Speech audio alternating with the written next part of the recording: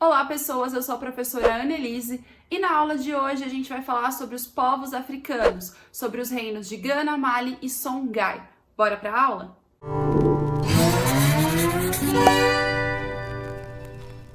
Pensar sobre a história do Brasil é automaticamente pensar sobre a história da África. A integração do continente africano com o Brasil colônia se iniciou a partir do tráfico negreiro, do sequestro e da vinda de milhões de pessoas que se tornam escravizadas para trabalharem aqui no Brasil colônia por meio da escravidão, mas esses povos trazem consigo não só a sua mão de obra forçada gratuita, como também muita cultura, tradições, línguas e costumes. E não dá para deixar de falar de história do Brasil sem falar dessa contribuição que esses africanos trouxeram para a história, para a cultura e para a constituição da nação que é o Brasil. E embora esses povos tivessem uma contribuição enorme na história do nosso país, infelizmente, por muitas vezes a história desses povos foi renegada, não só na escrita da história em si, mas como na cultura de forma geral. Para vocês terem uma ideia, só em 2003 que se estabeleceu uma lei que colocava como obrigatório o ensino de história da África e história cultural afro-brasileira nas escolas, assim como a história indígena. Então, só para vocês terem uma ideia, pensando historicamente, essa lei é muito recente, né? A gente tem aí mais de 300 anos de escravidão, um passado que tem como base a mão de obra da escravidão africana, da escravidão negra, e o estudo dessa história, dessa cultura, começa em 2003, de forma obrigatória, vamos dizer assim. E por muitas vezes o ensino de história ele está focado apenas no africano, no sentido de a partir do momento que ele vem para o Brasil como escravizado, muitas vezes escravidão e ser africano e ser negro se tornam sinônimos. E a gente aqui nesse vídeo espera que você quebre um pouco desse pensamento, conhecendo um pouco mais da história da África e de alguns reinos e de alguns impérios, antes mesmo de se pensar na escravidão aqui na América Portuguesa. Só para vocês terem uma ideia da importância dos estudos de história da África e dessa questão cultural que os africanos trouxeram para o Brasil, para a nossa história, eu vou ler um trechinho para vocês de um estudioso de história da África, o Alberto da Costa e Silva, em que ele vai falar um pouquinho sobre isso, prestem atenção. Ele diz: o Brasil é um país extraordinariamente africanizado, e só quem não conhece a África pode escapar o quanto há de africano nos gestos, nas maneiras de ser e de viver e no sentido estético do brasileiro. Por sua vez, em toda a costa atlântica, podem-se facilmente reconhecer os brasileirismos. Há comidas brasileiras na África, como há comidas africanas no Brasil. Danças, tradições, técnicas de trabalho, instrumentos de música, palavras e comportamentos sociais brasileiros insinuaram-se no dia africano. É comum que lá se ignore que certo prato ou determinado costume veio do Brasil. Como entre nós, esquecemos o quanto nossa vida está impregnada de África, na rua, na praça, na casa, na cidade, no campo. O escravo ficou dentro de todos nós, qualquer que seja a nossa origem. Afinal, sem a escravidão, o Brasil não existiria como é, não teria sequer ocupado os imensos espaços que os portugueses lhe desenharam. Com ou sem remorsos, a escravidão é o processo mais longo e mais importante da nossa história.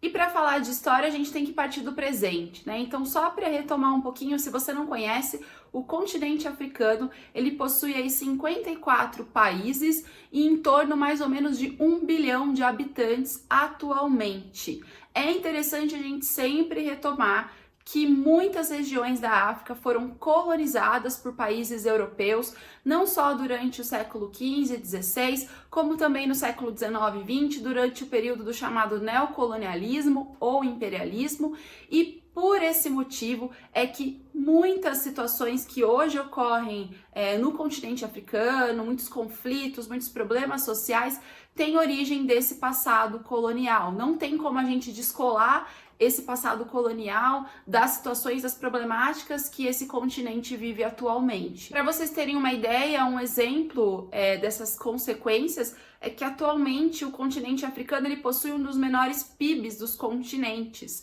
e a sua base econômica está muito ligada a setores primários da economia. Isso é uma influência da exploração neocolonial que visava os recursos naturais do continente africano. E isso acabou permanecendo aí durante os anos e até atualmente. Para ser um pouco mais didática e a gente conseguir dividir esse continente geograficamente, a gente tem uma divisão ali basicamente feita a partir do deserto do Saara. A África, então, ela se divide na região setentrional e na região subsaariana. A região do norte da África, essa região setentrional, ela está dividida em mais ou menos 7 países que tem muita influência da religião islâmica, até porque o Islã chega no continente mais ou menos no século 7 e 8, e tem aí essa influência, essa colonização nesse momento. Então, muito da cultura desses países do norte da África está ligada à cultura do Oriente Médio. Já a chamada África subsaariana, ela está aí abaixo do Sahel, abaixo do deserto do Saara, e ela é a região mais extensa e mais populosa do continente africano. E também por conta desse passado de imperialismo nessa região, é uma das regiões mais pobres também da África. Porém, a gente não consegue ali trazer para vocês a ideia de que seria uma população única, um governo único nessa região. É uma região muito extensa e por isso também muito diversa. Ainda pensando nessa diversidade, o continente africano não pode ser visto como único. Vou repetir aqui para vocês. Dentro desse continente nós temos diversas crenças, religiões, línguas e etnias. E essas etnias diversas é que vão vir para o Brasil na forma da escravidão, né? E é por isso que aqui dentro a gente tem essa mistura étnica também dos próprios povos africanos. Eu vou falar um pouquinho para vocês sobre algumas das etnias que acabaram sendo forçadas a vir para o Brasil e se tornarem escravizadas, mas que contribuíram também para a cultura brasileira. Entre os vários povos africanos, destacam-se, por exemplo, os Bantus, que eram povos que viviam na região sul da África e que representam um grupo mais numeroso do continente, apesar da gente conseguir dividir eles, né, em vários subgrupos. Eles têm uma estrutura linguística muito importante e eles ocupam, hoje em dia, dezenas de países da África. Esses povos vieram para o Brasil como escravos. Também temos os sudaneses, que eram dedicados à agricultura e que habitavam as savanas, localizadas mais ou menos aí entre a região do Atlântico até o Vale do Rio Nilo. Como os bantus, os sudaneses também vieram para o Brasil, contribuíram para essa dinâmica econômica da América Portuguesa, do Brasil Império, como mão de obra forçada. E por fim, os berberes, que são um conjunto de povos que vivem no norte da África, que falam as línguas berberes e que tem uma característica importante porque eles são convertidos ao islamismo a partir do século VIII. Então essa população vai se inserir nessas variadas etnias que caracterizam o norte do continente. Eu poderia falar de outras etnias aqui, eu escolhi apenas essas para mostrar essa diversidade, esse contato com o Brasil, mas a gente começa o contato entre os europeus e a África lá na Antiguidade, principalmente na Roma Antiga, com a conquista da região de Cartago e algumas regiões ali do norte da África. Posteriormente, lá no século XV e XVI, no contexto dos descobrimentos, é que os portugueses vão ter mais contato com todo o litoral africano, por conta daquela ideia de contornar o continente para chegar às Índias, e mais intenso ainda no século XIX com o imperialismo.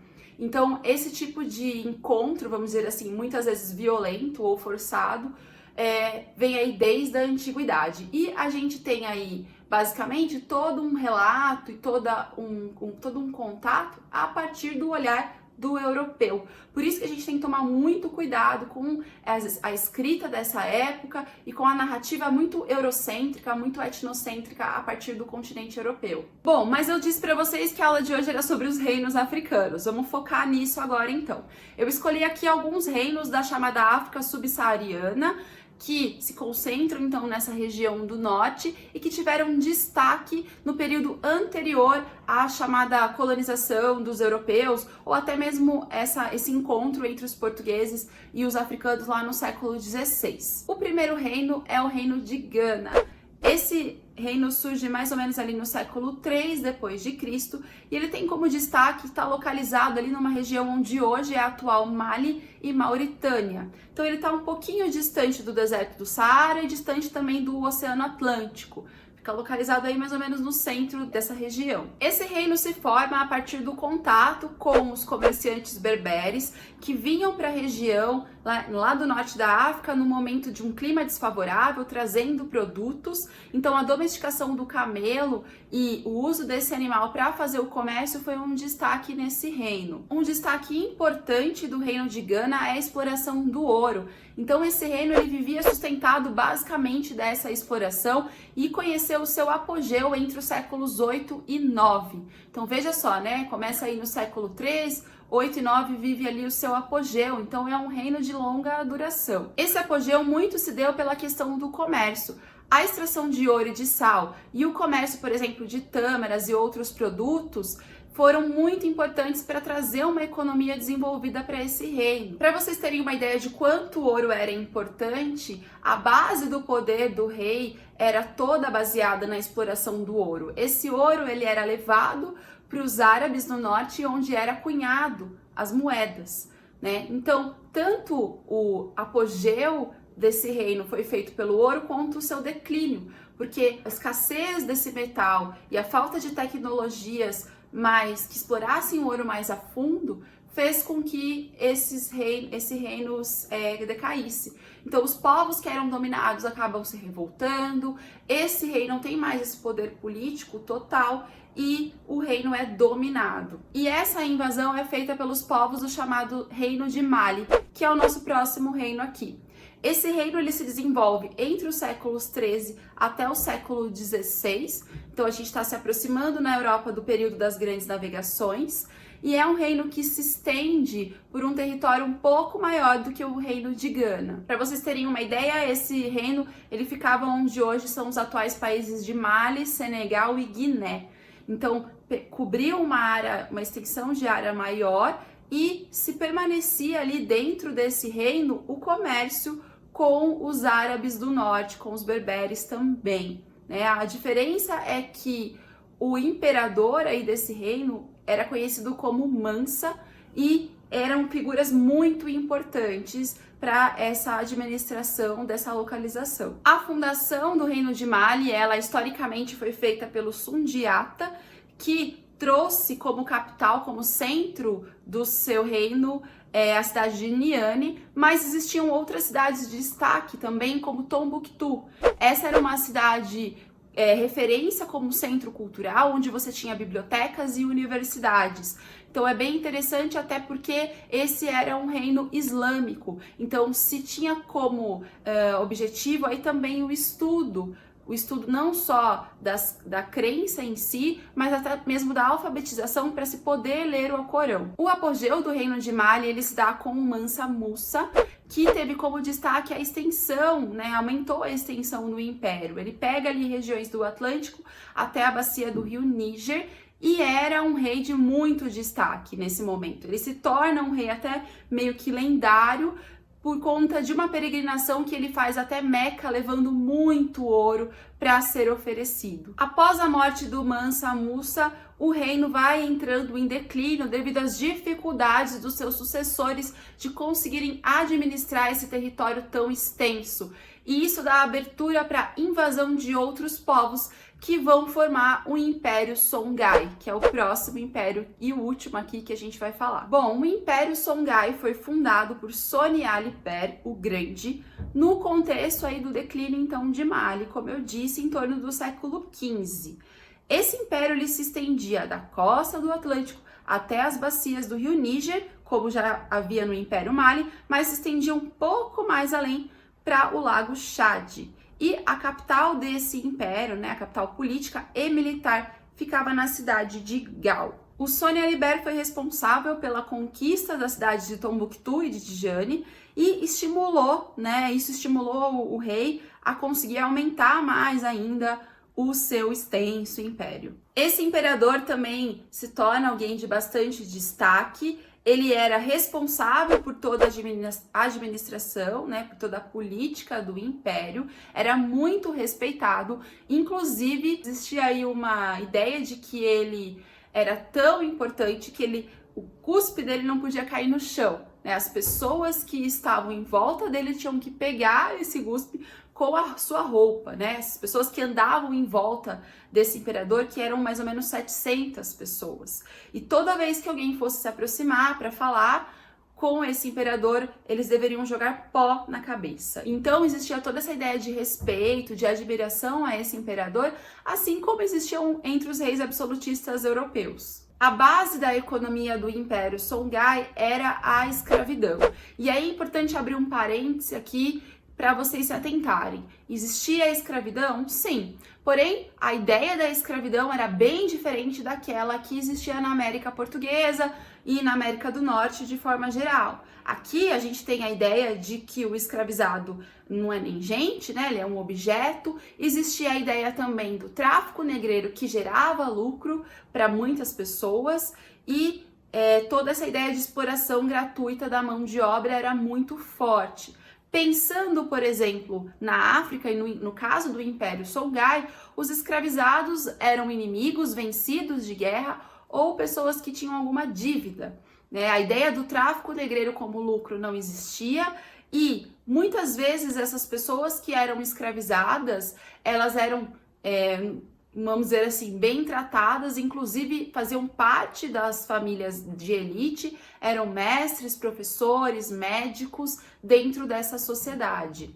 Então é bem importante a gente frisar que, apesar de haver essa escravidão, ela não tem o mesmo conceito e ela não é igual e não justifica mesmo a escravidão aqui no Brasil. Também havia a exploração do ouro e do sal nessa região, que eram usados como referência monetária, mas assim como na China, até o século XIX, e em algumas regiões da África também, a moeda de troca aí seriam algumas conchas, moluscos, chamados de cauris, que eram usados e trocados entre as pessoas no momento do comércio. Também existia toda uma concentração de núcleos urbanos muito grandes. Dentro desses núcleos urbanos, a ideia do estudo, então existiam bibliotecas e universidades, e calcula-se que a biblioteca de Sankor tinha mais ou menos 25 mil estudantes, isso já no século XIII. Então, quando a gente pensa, por exemplo, nas universidades europeias, a universidade aqui do Império Songhai era bem importante. O declínio do Império Songhai se dá por dois motivos.